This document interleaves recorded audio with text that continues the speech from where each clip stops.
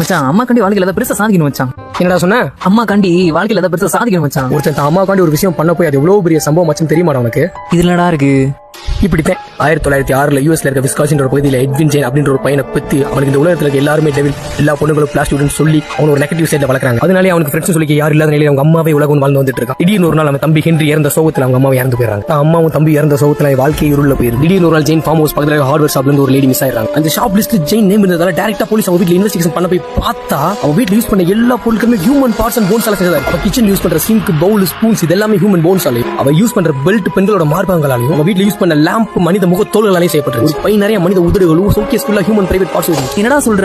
உண்மையிலே தான்டா. போலீஸ் அவங்க கிட்ட டைரக்டா விசாரணை பண்ண போனா தெரியுது எல்லாமே கிரேவியார்ல இருந்து திருடிட்டு வந்த பணங்களை வச்சு பண்ணதாகவும் இந்த பெண்களோட உடல் தோள்களை அணிஞ்சு அம்மாவை தானே ஃபீல் பண்ணதாகவும் சொல்லியிருக்கான். அதனால தான்டா சொல்றேன், நீ உங்க அம்மா மேல இருக்க பாசத்துல சுத்தி இருக்கவங்க எதுவும் பண்ணிடாதா.